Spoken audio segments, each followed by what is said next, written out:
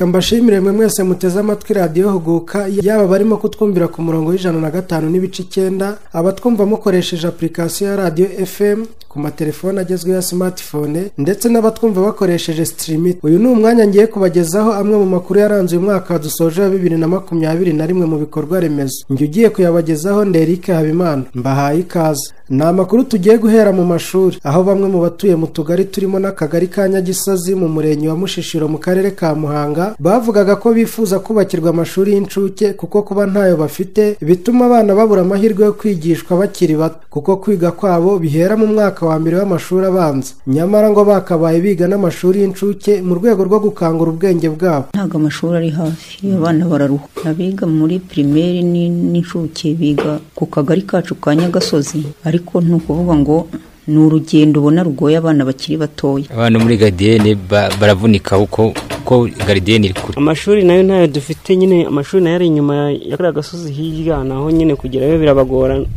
Dukorera nk'ubuvugizi tukabona ishuri hano hafi, yenda niyo baduhirya incuke kuko incuke nizo ziruha cyane, ziba zitaramenya kugenda, ziba zitarakomera amagufa. Ishuri ry'incuke tukaribona mu mudugudu wacu, abana ntibajye baruha, ariko binabaye byiza na primaire yahaboneka. Abajwe kuri bino byifuzo by'aba baturage bifuza kubakirwa amashuri y'incuke, wari umuyobozi w'akarere ka Muhanga icyo gihe wungirije ushinzwe imibereho myiza y'abaturage ni Mukagatana Fortune, yabashubije uko kirebana n'amashuri y'incuke byabyo nta nubwo bikwiriye gutera ikibazo cyane, kuko amashuri y'incuke n'abaturage ubwabo kandi hari uko bikorwa bigakunda.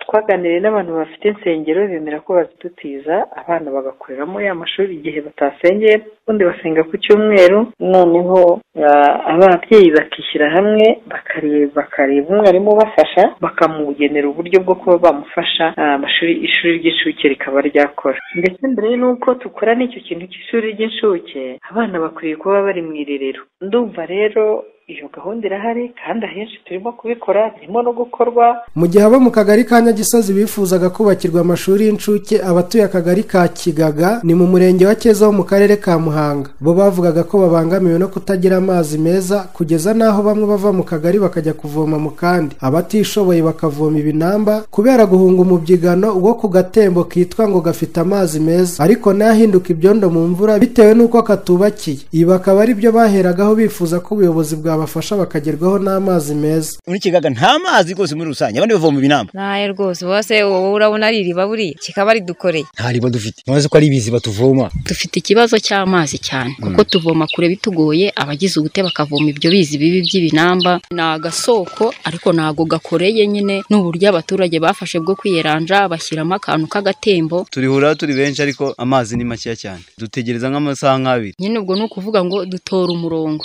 abafite imbaraga bakambuka uriya mugezi bakajya kuvoma mu kagari ko hakurya iriya muri Remera. Ingaruka nyine ni za nzoka, ni kwa kundi ubona turwaragurika, nyine nuko nguko. Icyifuzo nyine tubonye amazi byaba byiza kurushaho. Ibi byifuzo nibyo wari umuyobozi w'akarere ka Muhanga wungirije ushinzwe iterambere ry'ubukungu Kayiranga Innocent yahereyeho ahumuriza abaturage ba Kigaga, maze ababwira ko ikibazo cy'amazi mu karere ka Muhanga kigiye gukemuka mu gihe kitarenze imyaka 2. Icyo nakwizeza abaturage ba Kigaga nuko dufite umushinga mugari wo kubaka uruganda rw'amazi hagati ya Keza n'akabacuza hano twita Kagaga. Mu by'ukuri rwo ruzadufasha gukemura ibibazo binini by'amazi, ruzaba rubegereye. Amazi ntabwo tuzayitisha aho ngaho ngo tuyajyana ahandi tutabahereyeho, tuzabaheraho. Bakwihangana rero, uruganda ruzatangira kubakwa umwaka utaha. Dutekereza ko rushobora kubakwa mu gihe cy'umwaka umwe n'igice cyangwa imyaka 2 bikaba birangiye, hanyuma tugaha amazi hafi akarere kose, kuko ni uruganda runini ruzaba rufite metero kibe zigera ku 9,000, mu gihe urwo dusanzwe dufite rwagihuma rufite metero kibe zigera mu 3,000. Urumva rero yuko ni uruganda runini ruzadufasha guha abaturage amazi. Icyo twakora rero yenda ubwo twazareba ako kavomo basanzwe bafite, se nta kintu abantu bagakoraho kugira ngo yenda niba hari ibyangiritseho bikaba byasanwa, ariko ubundi ikibazo kizakemuka mu by'ukuri twujuje uruganda rwa Kagame. Reka twizere ko iri sezerano uwamusimbuye ku inshingano azarisohoza maze aba baturage bakabona amazi meza. Tutarava muri aka karere ka Muhanga kubifuza amazi meza, ariko twanyarukiye mu mirenge itandukanye kagize, naho dusanga ikibazo cyo kutagira amazi meza gihari, ku buryo bamwe twaganiriye bavugaga ko bafite ikibazo cyo kubona amazi meza, ku buryo hari n'abakora urugendo rutari ruto bajya kuyashaka. Maze wari umuyobozi w'akarere ka Muhanga wungirije ushinzwe iterambere ry'ubukungu Kayiranga Innocent. Dufite umushinga wo gutanga amazi meza, aho dufite gahunda yo guha abaturage tugatunganya imiyoboro y'amazi ireshya na kilometero zigera kuri 78. ubwo ni ukuvuga tuvugurura imiyoboro y'amazi ihari, ariko tugerageza no kuyagura. Icyo ni igikorwa cyatangiye, tuzagera no mu mirenge ya Cyeza, murenge wa Muhanga no muri za Rugendabari tuhafite gahunda. Aho hose rero uyu mwaka utaha dufite gahunda yo kugira ngo tuhageze imiyoboro y'amazi, ndetse dufite na gahunda yo kubaka urugomero rw'amazi rushya. Urwo rugomero rero nirwo ruzadufasha guha imirenge hafi ya yose amazi, kuko ruzaba ari urugomero runini rufite metero kibe zigera ku 9,000. Uyu mushinga uzarangira muri 2022, ku buryo tubona kuri 2024 tageti twihaye abaturage bose bazaba bafite amazi meza. Ubwo twageraga mu karere ka Kamonyi ho twasanze bamwe mu batuye akagari ka Ruyanza mu murenge wa Nyaruba muri kano karere basaba ubuyobozi bw'aka karere kubagezaho umuriro w'amashanyarazi. Reba muri iyi karitsiye turimo nta muntu n'umwe ufite, aho umuriro uri ni kure kandi turakennye. Ubundi umuriro tugezeho byaba byiza, ariko ku buzima rusange tubona ubundi iyo umuntu yacanye kageza nimugoroba agacana hanze hakabona nk'ubu nanitse tuno twumba ngo ndanikanga ngo barayijyana, ariko habona nabahagarara muri salo, iyo naharyama najya negura umutwe nkarunguruka nkamenya ko hari umuntu watambye, ariko igihe ntaho hatambye ntacyo kuyasubiramo nyine nahishije. Yenda tumaze nko kurya, mu gihe yakaryamye akajya muri ya masomo koresha itoroshi nyine bisanzwe. Twiranje ko amasomo y'abana bo mu wa gatandatu bose babahaye wakawaka, amatoroshi ari ya wakawaka, icyo bigiraho nijoro nta kindi. Umwana bazikora ke iyo umubyeyi akamwatsa ari ashaka kwiga, ntabwo umwana akamuha, keretse ari umwana witonda. Ubundi sinzi ko ntabwo rwose akamuha, ariko abandi ntabwo. Bidindiza nyine nk'uko kwiga kw'abana n'imikorere yo mu rugo.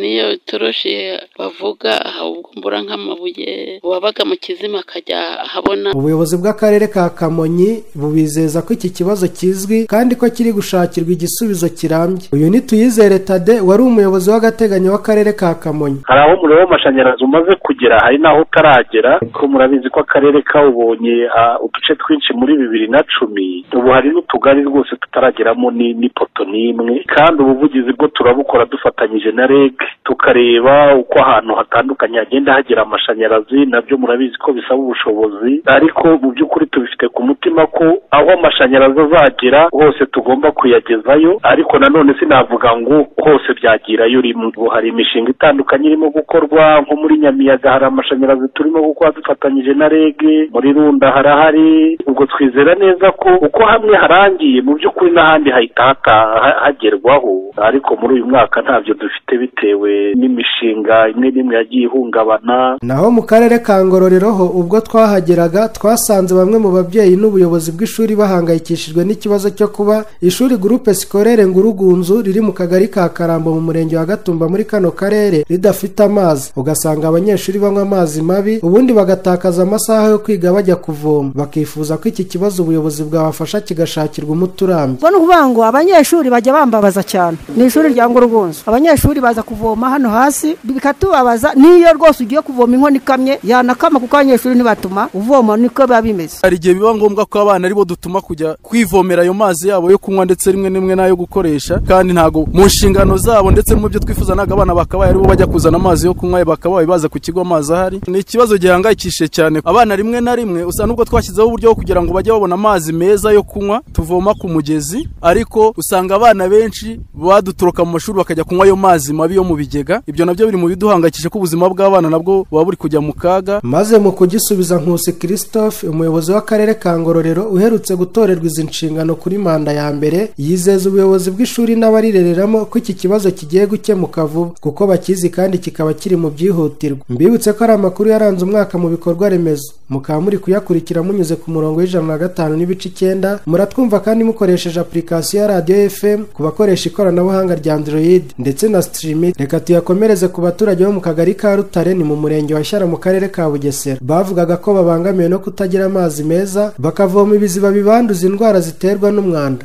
mu gihe ngo batahwemye gutakambira ubuyobozi bwabo, ariko amaso akaba yaraheze mu kirere. Ikibazo cy'amazi turagifite, ndetse mu mpeshyi ho usanga no hariya mu miceri twajyaga tujya kudaha ibyondo nabyo biba byarakamye umuntu atakibibona, ukaba wakwirirwa utariye, ukarara udakarabye, ukamara iminsi ibiri utarakaraba kubera kubura amazi. Ikibazo cy'amazi kirahari, nta mazi dufite. Mu by'ukuri kugira ngo tubone amazi biratugora, bisaba ko tujya kuvoma mu miceri. Ikibazo cy'amazi muri aka kagari ka Rutare kirahari. Ikibazo cy'amazi nta gihe kitavuga uko habaye inama uko biri kose, ikibazo cy'amazi turakivuga kuko tubona ko ibintu by'amazi biduteza ikibazo cyane. Ni mu gihe ku ruhande rw'ubuyobozi ariko nk'igice cy'umudugudu washyira na Gaseke biganiyo hirya kugira ngo umuntu azave aho bita Gaseke yaze kuvoma hariya, ubwo ni umubyizi wose. Reka twisubirire mu karere ka Ngororero. Ubwo twahageraga twasanze abaturiye ikiraro kiri ku mugezi wa Satinski kiri hagati y'umurenge wa Ngororero n'umurenge wa Kageyo mu karere ka Ngororero, barifuzaga ko ubuyobozi bwabafasha ikiraro gihari cyangiritse kikongera gukorwa nyuma y'uko gisenwe n'umwuzure w'uyu mugezi. Ko ikiraro cyacitse biratubura kujyayo kukazamuka hejuru imisozi.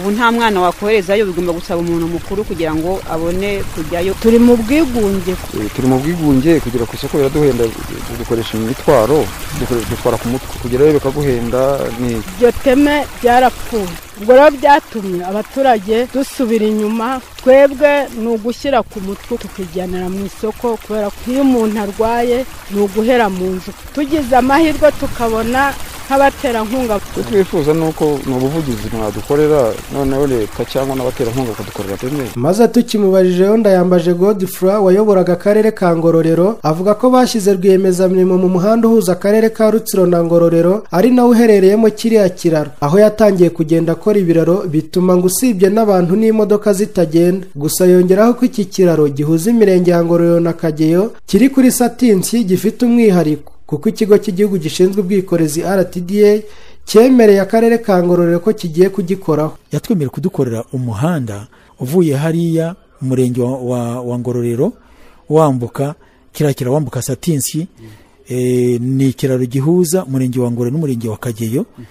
Aho ngaho batwemereye kudukora icyo kiraro, ndetse n'ibindi biraro bibi bituma umuhanda uduhuza na Rutsiro udakoreka, nabyo bizadufasha.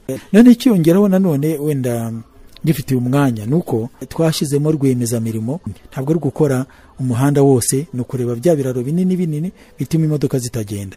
Ubu ngubu barimo barakora, n'ahandi ubwo bazagenda bahakora. Hano mvuze ko byasaga naho amatabya y'amavuta, ntago naba mbeshya. Reka tuve muri Ngororero tujye muri Gicumbi na Rulindo. Hongo imyaka irenga 3 irashize umuhanda Gaseke Muyanza mu karere ka Gicumbi na Rulindo utari nyabagendwa. Ubuyobozi bw'akarere ka Gicumbi bwo bukavuga ko bwateganyaga kuganira n'ikigo gishinzwe iby'imihanda RTDA, ngo kuko n'ubundi byari biri muri gahunda ko iki kigo cyagombaga kubafasha kuwukora.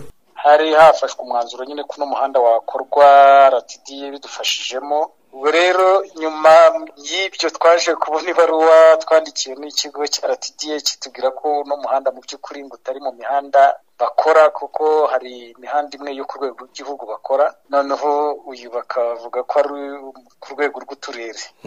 Turacyategereje ubuvugizi, ariko natwe ubu turimo turategura nanone kongera kuba twakwegera RTDA kugira ngo tuganire, kuko iyo urebye uriya muhanda ufite akamaro kanini haba mu buhahirane na Rulindo, cyane cyane kiriya kibaya cya Muyanza. N'ababigaragazaga icyo gihe bagaragazaga ko ibicuruzwa cyane muri kiriya gishanga haturukamo ibiribwa bitandukanye, imboga n'ibindi, ko bibura uko bigera ku isoko ry'i Kigali. Ubwo rero turapanga ko nuko hahizazamo ino lockdown twateguraga ko umuntu simbukira i Kigali bakaganira n'ubuyobozi bwa RTDA na RODA, ndetse tukabereka ko hagira icyo badufasha mu rwego kugira ngo icyemezo Perezida wa Repubulika yari yanemereye abaturage twafatanya tukagikora. Mu by'ukuri naho duhagaze, ariko natwe turabona uburemere bwa kiriya kibazo bw'uriya muhanda, kuba warahoze ari umuhanda mwiza nyabagendwa n'ahari ahantu heza hari ibikorwa remezo bitandukanye kandi byafasha mu bukungu bitarimo bikora. Reka dusoreze ku mafu y'umugezi wa Nyabarongo, aho hari abaturage bo mu murenge wa Nyarusange ni mu karere ka Muhanga baturiye umugezi wa Nyabarongo bavugaga ko kuba batagira umuriro w'amashanyarazi bituma batikura mu bukene kuko ngo hari imirimo bakihangiye ariko bakazitirwa no kutagira umuriro. Ubundi hari serivisi nyinshi dukenera kandi zagakwiye kuba twagakoze kubera ko hari n'umuriro. Nk'ubu ngubu wenda ukeneye nko gufotoza indangamuntu